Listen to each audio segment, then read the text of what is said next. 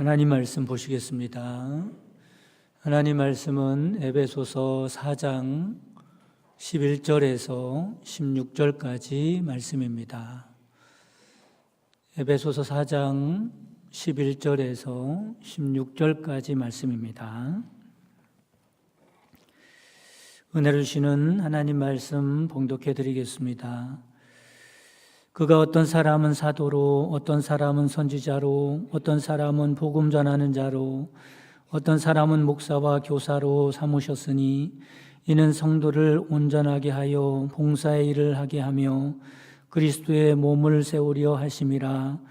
우리가 다 하나님의 아들을 믿는 것과 아는 일에 하나가 되어 온전한 사람을 이루어 그리스도의 장성한 분량이 충만한 데까지 이르리니 이는 우리가 이제부터 어린 아이가 되지 아니하여 사람의 속임수와 간사한 유혹에 빠져 온갖 교훈의 풍조에 밀려 요동하지 않게 하려 함이라. 오직 사랑 안에서 참된 것을 하여 범사에 그에게까지 자랄지라. 그는 머리니 곧 그리스도라. 그에게서 온 몸이 각 마디를 통하여 도움을 받음으로 연결되고 결합되어 각 지체의 분량대로 역사하여 그 몸을 자라게 하며 사랑 안에서 스스로 세우느니라. 아멘. 이 시간에 할렐루야 성가대 찬양이 있겠습니다.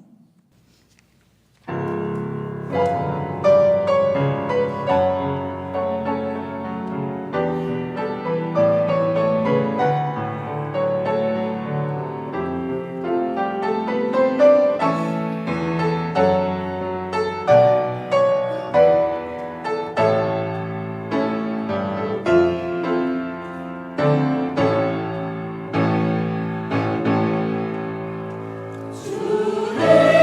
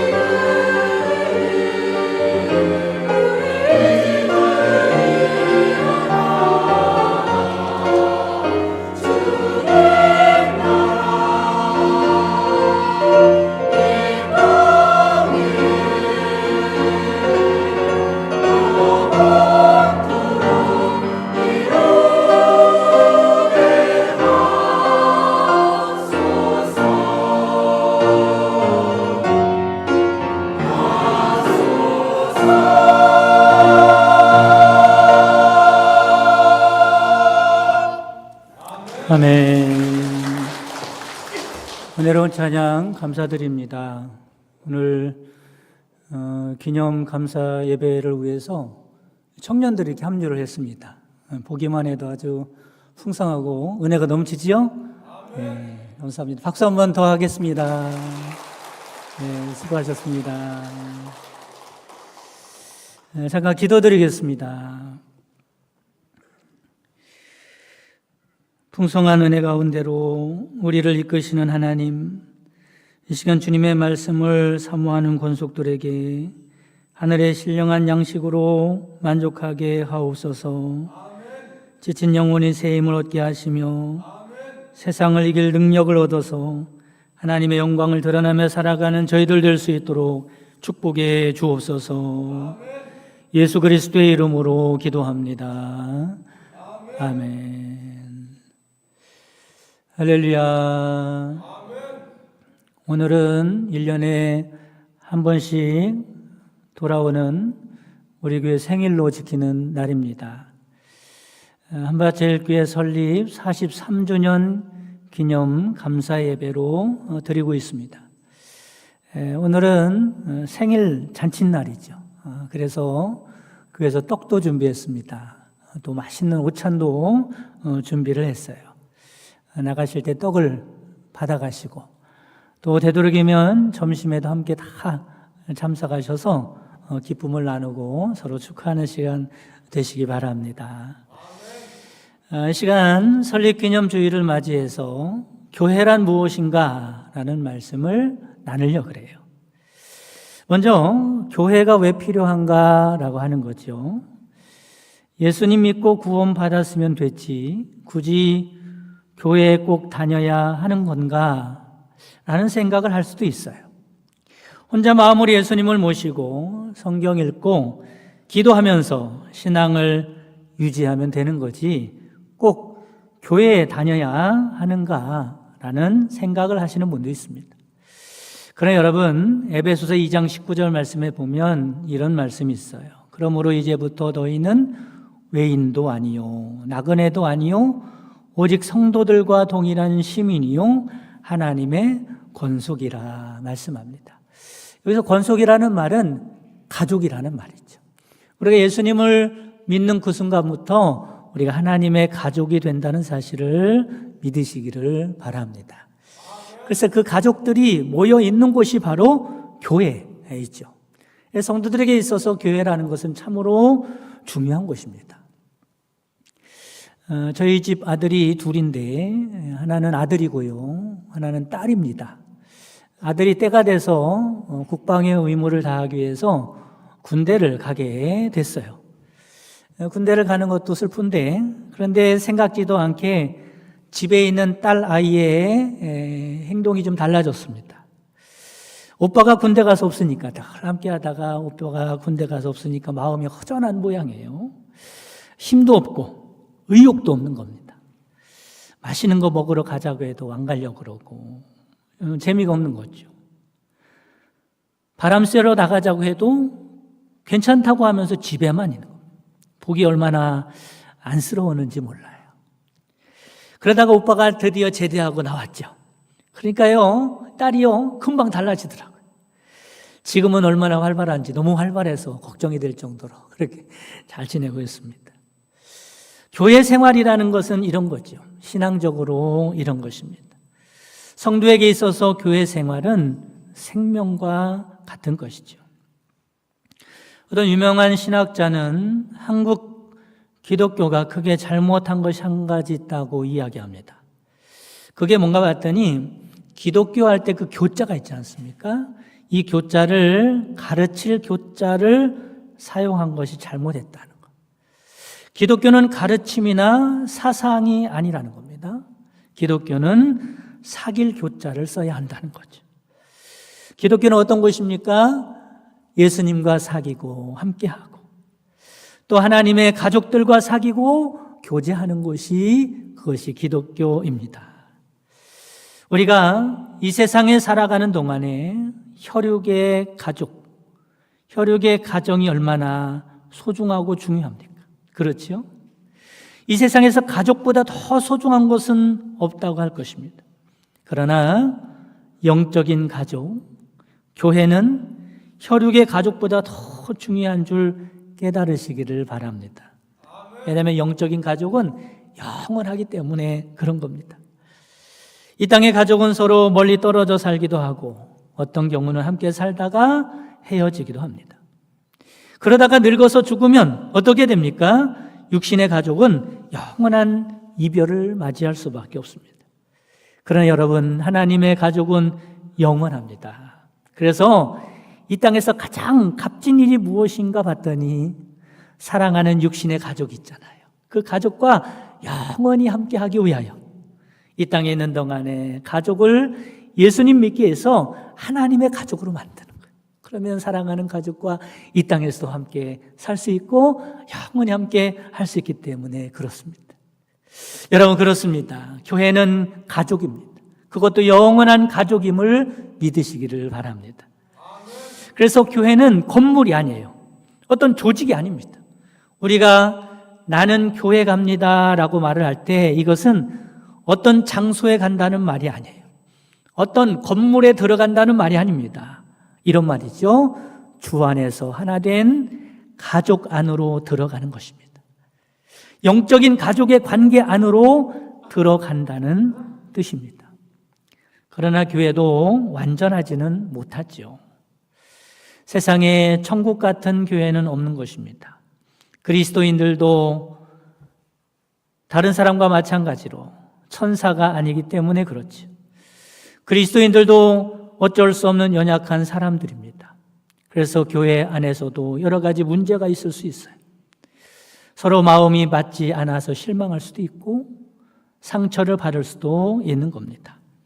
그러나 그래도 중요한 것은 뭐예요? 성도들은 교회 안에 있어야 한다는 사실을 믿으시기를 바랍니다. 여러분, 혈육의 가정도 마찬가지 아닙니까? 결혼만 하면 천국이 이루어지나요? 그렇지 않습니다. 결혼해도 서로 상처를 주고받습니다. 서로가 실망도 합니다. 갈등도 있습니다. 가슴 아픈 일도 만나게 됩니다. 그렇기 때문에 결혼하지 말라고 하지 않지 않습니다. 한 집에 살지 말라고 하지 않지 않습니다. 함께 밥을 먹고 함께 잠을 자고 아이를 낳고 살면 큰일 난다고 하지 않지 않습니까? 그래도 가정이 소중하다고 말합니다. 그래도 가정 안에서 살아야 한다고 말합니다. 이처럼 신앙생활은 절대로 혼자 할 수 없는 것입니다. 하나님의 가정 안에 있어야 하는 겁니다. 교회를 떠나면 그날로 우리의 신앙은 불이 꺼지고 식어져 연기만 피우는 장작이 될 수밖에 없습니다. 마치 모닥불 하나, 둘, 열, 스물 이렇게 모아놓을 때 서로 열을 나누고 불을 나누면서 점점 크게 타오르듯이 교회 안에서 다른 성도들과 함께 신앙생활할 때 그 신앙이 살아나게 되는 것입니다. 만약에 잘 타던 모닥불에서 장작을 하나씩 꺼내서 다 떼어놓고 흩어져 놓으면 어떻게 됩니까? 너도 꺼지고 나도 꺼지고 마는 것입니다. 우리가 모두 부족하게 보이지만 하나씩 둘씩 모아서 서로 격려하고 서로 세워주고 서로 붙들어 주면서 신앙생활하면 그 신앙이 불이 크게 일어날 줄 믿으시기를 바랍니다. 그렇다면 교회 성도들을 가족이라고 하는 이유가 무엇일까? 그것은 여러분, 가족에게 가장 필요한 요인이 있다면 그것이 무엇입니까? 사랑이죠. 마찬가지로 교회는 사랑 공동체이기 때문에 가족이라고 표현을 하는 것입니다. 사랑으로 하나 되어야 하기 때문에 그렇습니다. 오늘 말씀 15절에 보면 오직 사랑 안에서 말합니다. 사랑이 필요하다는 거죠. 오직이라는 거예요. 16절에 보면 사랑 안에서 스스로 세우느니라 말씀합니다. 여러분, 하나님은 사랑이지 않습니까? 그러므로 하나님의 가족들, 그 교회는 무엇으로 하나 되어야겠어요? 사랑으로 하나 되어야 하는 줄 믿으시기를 바랍니다. 그래야 하나님의 가족이죠. 그런데 여러분, 마귀는 하나님의 가족인 교회를 절대로 사랑으로 하나 되지 못하도록 만듭니다. 어떻게 해서든지 서로 불화하게 만들고 다투게 만들고 서로 떨어지게 하고 나눠져서 흩어져 버리게 만듭니다. 왜냐하면 그렇게만 하면 신앙의 불은 곧 꺼질 수밖에 없기 때문에 그렇죠. 이게 마귀의 계략입니다. 에덴 동산에서도 하나님은 하나님의 가족을 만드셨습니다. 그런데 마귀는 그 가족을 파괴했죠. 여러분, 오늘날도 마찬가지입니다. 마귀는 가족을 파괴하려고 합니다. 우리의 마음에 하나님의 가족인 교회를 비난하고 불평하고 비판하게 만듭니다. 요한계시록 12장 10절에 보면 사탄은 원래부터 우리의 형제를 고소하던 자라고 말씀하고 있지 않습니까? 가족은 비판의 대상이 아니지요. 사랑의 대상입니다. 용서의 대상입니다. 격려의 대상입니다. 여러분, 육신의 가족도 그렇지 않습니까? 아무리 죽고 못 사는 가족이라고 해도 만날 때마다 비난하고 비판해 보시기 바랍니다. 그러면 그 가족은 곧 나를 떠나게 될 것입니다. 하물며 교회에서 성도들과 관계는 더 그렇지 않겠습니까? 여러분, 우리가 전도하는 게 참 중요합니다. 얼마나 중요합니까? 근데 여러분, 전도보다도 더 중요한 것은 교회 안에 사랑이 있는 것입니다. 마귀는 전도를 못하게 하는 것보다 교회의 사랑을 빼앗아 가려고 합니다. 왜냐하면 교회의 사랑만 뺐으면 전도해와도 소용이 없거든요. 그렇죠? 교회에 사랑이 없는 교회에 누가 들어와서 신앙생활을 하겠습니까? 교회에 사랑이 없으면요, 있던 교인도 나갈 수 있습니다. 마귀의 계략이 그것입니다. 여러분, 우리는 다른 성도들과 아무리 다른 의견을 가지고 있다고 할지라도 그는 적이 아니라 나의 소중한 가족임을 믿으시기를 바랍니다. 이제 우리는 한 가족으로서 서로 비난하고 불평하고 비판하는 것이 아니라 서로의 잘못을 어루만져주고 덮어주고 칭찬해주고 격려해주고 화목함으로 사랑이 가득한 건강한 교회를 세우는 여러분 되시기를 간절히 바랍니다. 안경점을 경영하는 김 집사님이라는 분이 있습니다. 그런데 어느 날 그 김 집사님이 경영하는 안경점 뒷골목에서 채소 장사를 하면서 어렵게 사는 같은 교회를 다니는 박 집사님이 안경점에 방문을 했어요. 박 집사님이 말을 합니다. 김 집사님 안녕하세요. 인사를 한 다음에 제가 늙으신 장모님을 모시고 살거든요. 그런데 장모님이 노안이 심하셔서 안경을 맞춰드려야 하는데 장모님은 가난한 우리 살림에 폐가 될까봐 한사코 사양을 하십니다. 아마도 조금이라도 비싸다고 싶으면 장모님은 절대로 안경을 맞추지 않을 겁니다. 그래서 그러는데요, 여기 5만 원이 있습니다. 그러면서 미리 준비한 5만 원을 안경점 김 집사님에게 건네면서 말을 이어가는 거예요. 제 장모님이 안경을 고르시면 이 5만 원의 값을 빼고 말씀해 주시면 안 되겠습니까? 그래야 장모님이 안경을 맞출 것 같아서요. 이 말을 들은 안경점 김 집사님은 그 장모님을 생각하는 그 갸륵하고 따뜻한 사랑의 마음에 가슴이 찡해 왔습니다. 그 다음 날 정말로 배추 장사를 하고 있는 박 집사님이 장모님을 모시고 왔어요. 장모님을 모시고 간 게 아니라 자기 부인도 데리고 자기 같이 자라는 아들 둘을 같이 데리고 왔습니다. 그 안경점에 온 가족이 총 출동을 한 거죠. 드디어 박 집사님의 장모님이 안경을 고르기 시작합니다. 근데 골랐는데요, 김 집사님 보니까 10만 원 정도 되는 상품이었어요. 안경점 김 집사님이 말합니다. 어머니, 그 안경 5만 원입니다. 미리 약속한 대로 5만 원이라고 그렇게 말을 해줬어요. 그러자 어머니는 안경을 제자들에 갖다 놓으면서 말합니다. 내 눈 아직은 잘 보여. 안경 쓰면 귀찮기만 하지 뭐. 안 쓰는 게 낫겠어. 그러면서 안경을 도로 갖다 놓는 거예요. 이 말을 들은 안경점 김 집사님이 당황한 나머지 말을 둘러댔습니다. 아, 어머니, 마침 지금이 경로 우대 기간이라 3만 원 할인이 되네요. 2만 원이면 그 안경 살 수 있어요. 말을 해주는 겁니다. 그러자 그때서야 어머니는 다시 그 안경을 끼워보더니 좋구만. 이걸로 하지. 그래서 계산을 하려고 했습니다. 그랬더니 계산대 밑에서 고사리 같은 손 하나가 올라오더니 말합니다. 아들이 말하는 거죠. 아빠, 이거 저희가 할머니 안경 해드리려고 모은 용돈이에요. 그러면서 10,000원을 계산대 위에 올려놓는 거예요. 이 광경을 보고 아빠와 엄마, 할머니가 얼굴에 따뜻한 웃음꽃이 피었습니다. 안경점의 김 집사님의 눈에서는 벌써 눈물이 고였습니다. 여러분, 이게 가족이죠. 가족의 사랑입니다. 교회는 이런 사랑이 있어야 하는 줄 믿으시기를 바랍니다. 서로를 위해주고, 서로를 걱정해주고, 허물을 덮어주고, 서로 감싸주고. 교회는 주님 안에서 한 가족이라는 사실을 깨달으시고 가족과 같이 사랑하면서 건강한 교회를 이루시기를 간절히 바랍니다. 오늘 읽은 말씀에 보면 좀 더 구체적으로 교회가 무엇인가라는 말씀을 하고 있어요. 교회가 뭐라고 말씀합니까?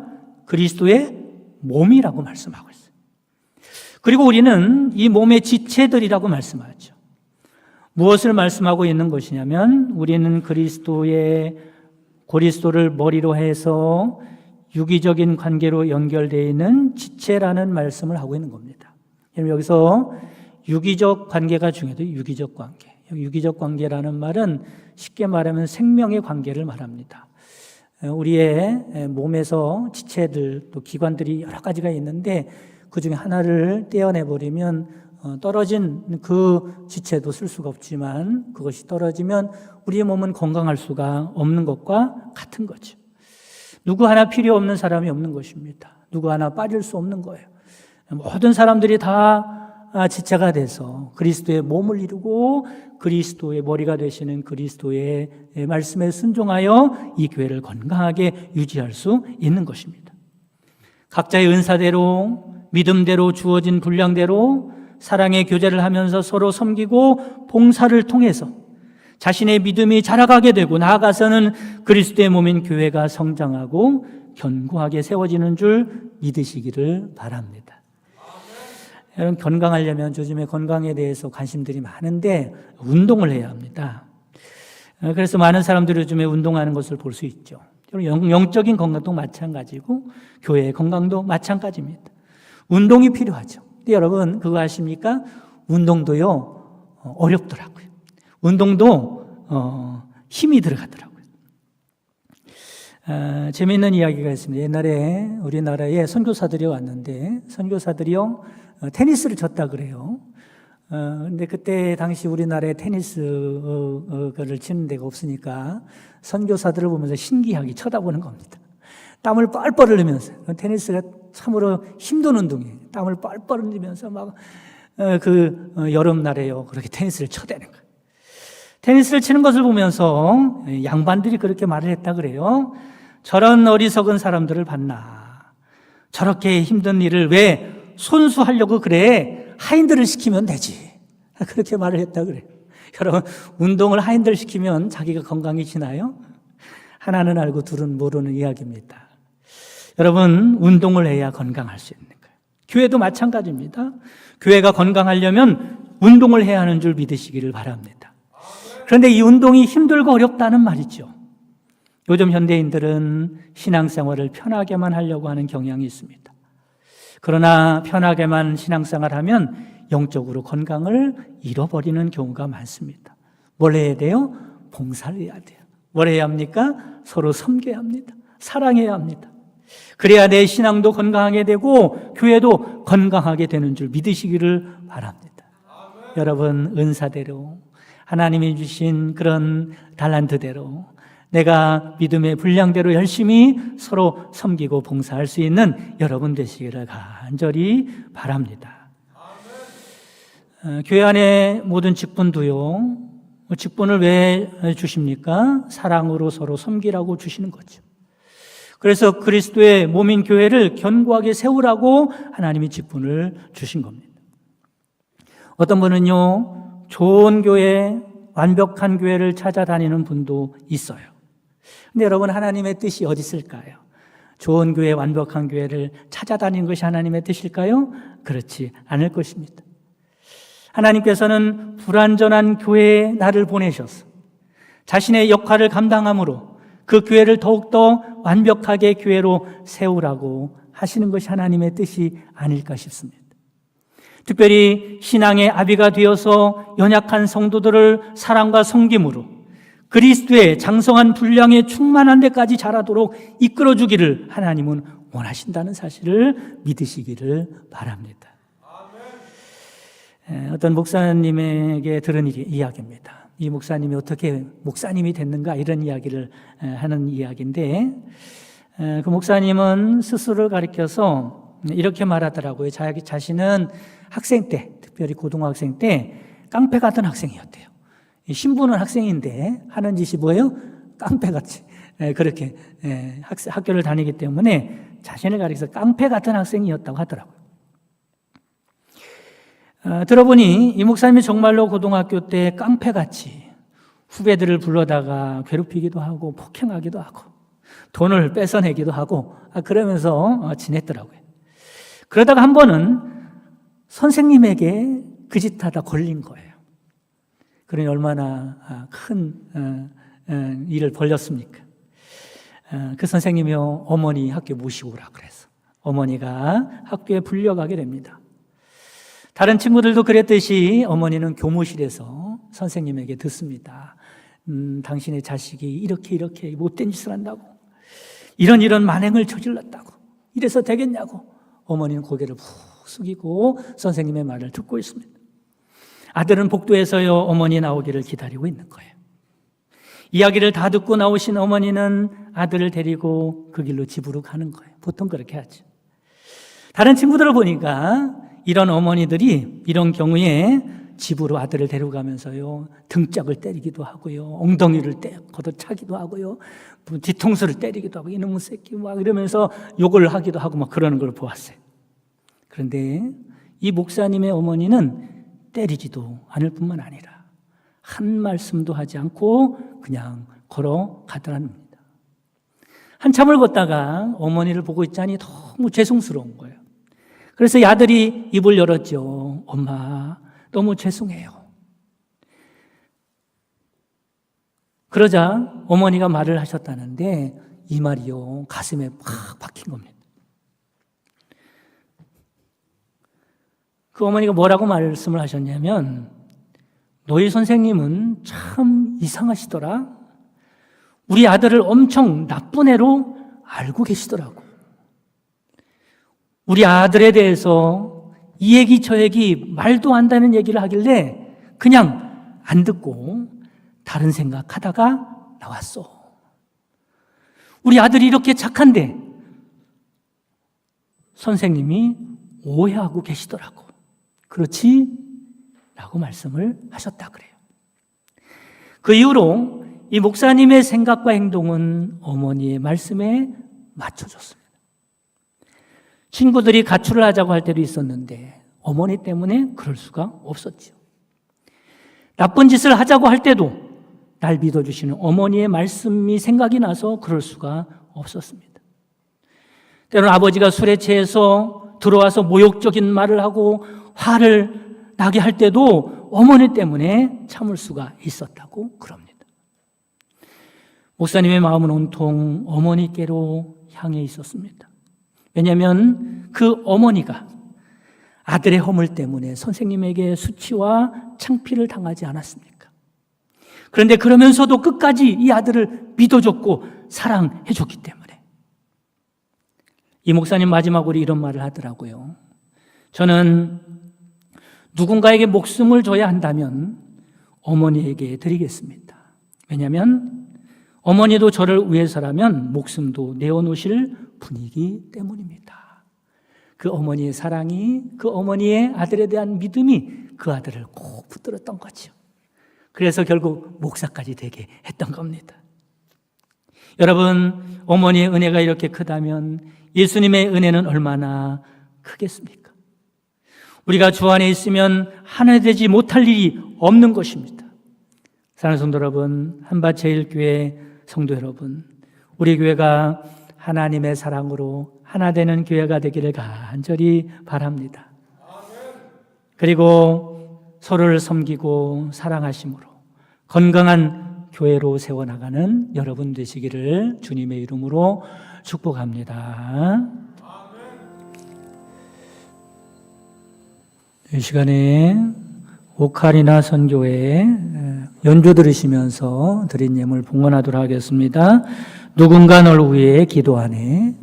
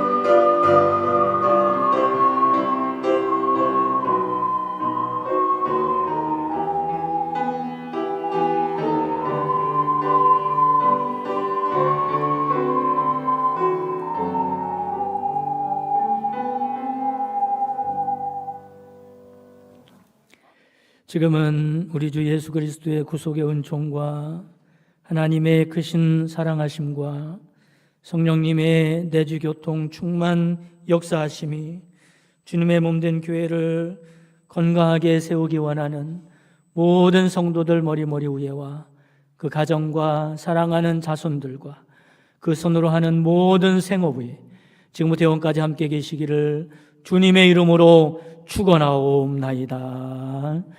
아멘.